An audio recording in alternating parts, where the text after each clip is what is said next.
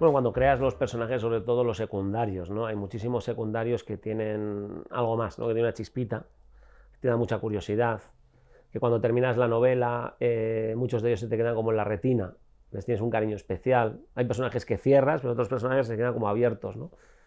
Y Ori era uno de estos, ¿no? Era un personaje que me atraía, su situación vital ya en Entre los Muertos, su divorcio, el hecho de que componía canciones, que era como un romanticón, que estaba secretamente enamorado de Arruti, aunque se le notaba mucho, la propia Arruti lo contaba en Entre los Muertos, que ella también lo percibía, aunque no se atrevía a decir nada. Y entonces era un personaje que me parecía como un buen punto de partida para muchas cosas, ¿no? Eh, Cuando empecé a plantearme la historia del hijo olvidado, esto como anécdota, el hijo olvidado realmente, los primeros ensayos de la novela los empecé a hacer desde otro personaje, que es su sobrino, Dennis, que es el que resulta incriminado en este asesinato, una falsa incriminación. Y yo empecé a escribir un poco desde la perspectiva de Dennis. Lo que pasa es que en determinado momento dije, no está funcionando tan bien como me gustaría, necesito un personaje externo que tenga más capacidad de moverse, más libertad de movimiento, más herramientas. Y empecé a pensar en un probable tío que tuviese oficio de policía. Y claro, se sumaron las dos cosas, ¿no? Este recuerdo tan cálido de este personaje que me gustaría seguir, que me daba curiosidad a mí mismo como escritor, y esta necesidad casi técnica de colocar a un personaje con más habilidades, ¿no? Y así surgió Ori, así lo puse en la novela, ¿no? Y yo lo llamo ese momento del $1.000.000 en la vida de un escritor, cuando se conectan dos cosas y tienes una idea que te parece buena, y así empezó la historia del personaje. Hay varias cosas que funcionan con Ori, a mí personalmente, ¿no? Primero, mis novelas, me gusta que las motivaciones sean muy sencillas, muy fáciles de comprender, ¿no? Hay novelas, y yo soy seguidor y lector de novelas y de películas donde las motivaciones son extravagantes, sofisticadas, como puede ser robar un casino, ¿no? Pero es cierto que dentro de estas historias también hay una motivación humana, como una historia de amor o como una historia familiar, que es lo que nos acerca a la historia. Yo siempre trato de encontrar esa motivación muy sencilla en todo, ¿no? Entonces, que Ori tuviese, que la motivación de esta historia no fuese sencillamente que a un chico le han incriminado de un asesinato y parece que es inocente, sino que además sea tu sobrino, con lo cual se convierte en un problema familiar. Y no solo eso, es que es un sobrino al que hace tiempo sientes que le debes algo, ¿no? Le dejaste un poco atrás, tienes esta sensación de deuda con él, de autorreproche por cómo le has desatendido, vamos a decir. Y entonces todo esto se juntaba, ¿no? Era un marasmo de motivaciones, de fuerza, por la que este personaje, que es Ori, pues no puede decir que no a la aventura. Está digamos, inmediatamente, automáticamente lanzado dentro, porque no puede resistirse, ¿no? Además, vemos que esto le provoca un problema también muy humano, de prioridades, ¿no? Él también tiene un problema familiar con sus hijas, que él está divorciado, está luchando por recuperar esa custodia, que se le ha, digamos, puesto en duda debido a que su entorno pues, no es muy estable. Y entonces, cuando está al principio de la novela intentando recuperar esta normalidad, se cruza en su camino esta vieja deuda que tiene con su sobrino, y de alguna manera él tiene que decidir, y crea mucha tensión que él tenga que decidir: puedo intentar traer a mis hijas a pasar el fin de semana, o tengo que seguir con esta investigación, o puedo juntar las dos cosas, ¿no? Y en ese puedo juntar las dos cosas, ese cataclismo, esa decisión absolutamente errónea, pero tan humana, ¿no? Esto de decir, bueno, puedo con todo, voy a intentarlo, ¿no? Yo creo que el lector se siente muy identificado, conecta rápidamente con la nobleza y con la audacia de Ori, y también con su torpeza, ¿no? Todo el mundo, yo creo, que se echa las manos a la cabeza y dice, pero chico. El true crime, en esta promoción que estamos haciendo, estas entrevistas, está saliendo mucho porque es como lo más llamativo, es casi el colofón de una suma de experiencias que he ido teniendo en los últimos años, en los que me he ido acercando a través de contactos al mundo policial, ¿no?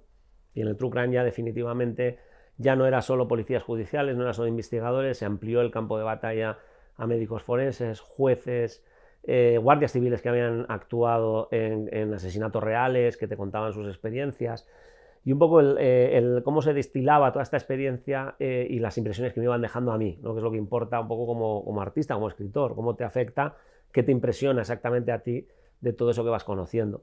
En mi caso, la dicotomía entre este mundo burocrático, estas organizaciones grandes que tienen muchísima reglamentación, todo el procedimiento policial en un Estado de Derecho que es tan preciso, tan protocolario, versus la creatividad, la audacia, la originalidad de los agentes por libre cuando necesitan moverse en zonas grises para conseguir determinados resultados sin caer en la ilegalidad, pero al mismo tiempo tentando un poco a la suerte, porque no pueden tampoco muchas veces hacer las cosas de libro, como se suele decir, ¿no? Entonces, estas dos facetas de la profesión, que puede ser tan frustrante a veces, que hay que preparar un caso para un juez, no podemos fallar, no, tenemos que ir con los deberes hechos, pero al mismo tiempo, para conseguir pruebas, para hacer tropezar al malo, para conseguir una confesión, muchas veces tenemos que tirar de originalidad, de trucos, de picaresca, ¿no? Cuando Ori vemos que es un policía que no tiene herramientas, sí que tiene herramientas porque él tiene oficio, pero no está en una investigación formal, él está actuando de tapadillo por su cuenta, le vemos sacar estas herramientas un poco de oficio, de escuela, ¿no? Lo que hace para conseguir determinada confesión, cómo vigila, qué tecnología utiliza, qué truquitos, qué métodos utiliza. Estos son, digamos, las partes que me impresionaron más del trabajo policial, ¿no? Su picaresca, su creatividad. Entonces, estas dos partes, estas dos vertientes, la organización pesada versus, vamos a decir, el free, ¿no? el líbero que va por libre, es lo que vierto un poco en la novela, tanto en Ori como en su situación profesional. Tu ataque a la historia, si estás utilizando un personaje muy externo a ti. Yo, por ejemplo, he utilizado muchos personajes que eran artistas, músicos, pintores, que de alguna manera yo sentía una conexión con ellos, ¿no? Creadores. Entonces, en este tipo de personajes pues, me sentía que tenía mucha más autoridad.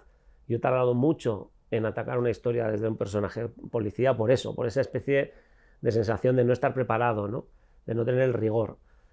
A raíz de mi amigo, entre otras muchas cosas, el programa, esta amistad, estos contactos, experiencias, que además tengo que decir que ese escritor te da un pequeño pasaporte, porque de alguna manera los policías muchas veces también están muy dispuestos a enseñarte cosas, porque ellos también son los primeros que están muchas veces hartos de que se cuente mal, ¿no? Entonces ellos mismos también te llevan, te meten en un calabozo, te llevan en un coche de patrulla, te explican esto es una detención. Esto me fue dando este material noble, esa autoridad, por lo menos que se note el rigor.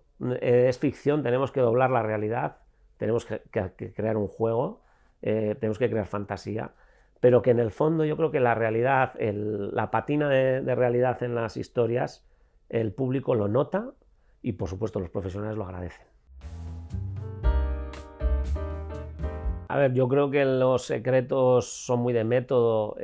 Principalmente hay dos grandes atracciones hacia una historia, ¿no? La cerebral y la sentimental, o la intelectual y la emocional, ¿no? La intelectual en una novela enigmática, en una novela llena de misterios, se basa mucho en la gestión de la información, ¿no? Lanzar preguntas, crear asuntos pendientes en la cabeza de los lectores, crear además una sensación de intriga, que no es fácil, porque muchas veces el mayor enemigo de la intriga es la predictibilidad. Si tú no generas un misterio lo suficientemente intrincado, el lector se sabe ganador y se aburre, ¿no?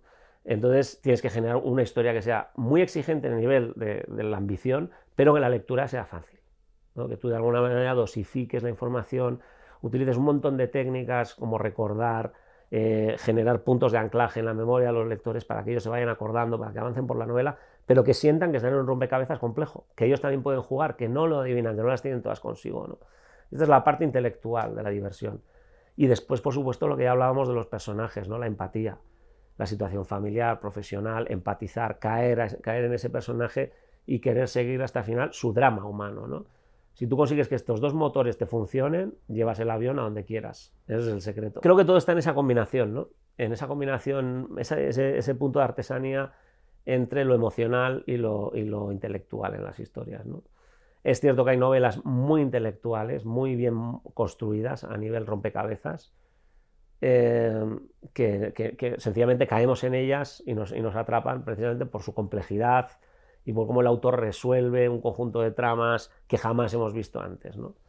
Historias que acaban con una gran sorpresa, que terminan conectando cosas, que se desdicen o nos están engañando toda la historia. Hay muchísimos ejemplos de historias muy, muy sofisticadas. A mí me gustaría alcanzar la sofisticación en las tramas, yo lucho por también presentar ese enigma, pero yo sobre todo creo en el personaje.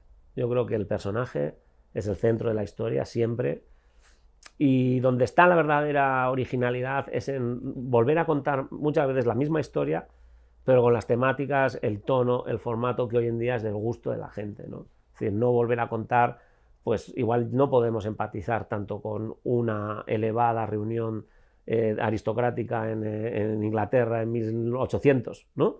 Pero conectamos con una familia que vive en Madrid, a la que le pasa una cosa, o una familia que vive en Bilbao, a la que le pasa otra, que tienen estas conexiones con nosotros. Todo esto, además, el lenguaje también se tiene que actualizar. El escritor de hoy en día se tiene que dar cuenta del hábito lector es diferente.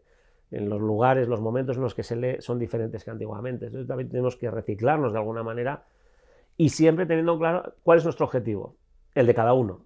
Hay escritores que escribimos para entretener, para generar sorpresa, diversión, yo soy uno de ellos. Otros escritores están buscando otros objetivos y todo el mundo tiene que adecuar todo al objetivo final de lo que está escribiendo, ¿no? Si es una lectura reposada, que busca la idea más compleja, que busca un cambio de mentalidad, que busca un mensaje, o si es una novela que lo que busca es generar escalofríos, ¿no? En mi caso yo soy de estos últimos y hay el lenguaje, la estructura, todo tiene que estar al servicio de eso. Es una tentación, por lo dices por la familia de personajes de Ori, de Orizaola, del Hijo Olvidado, es una tentación clara. Son personajes que además la novela ha dado pie, no voy a decir mucho más, a que haya continuidad y podría ser una opción. Tiene que aparecer la historia, ¿no? Yo creo que ahí solo falta que aparezca un conflicto, una esfera de acontecimientos que encaje con esta tonalidad, ¿no? No me gustaría sacar a estos personajes de contexto de repente solo por el hecho de comercialmente hacer una segunda parte, ¿no?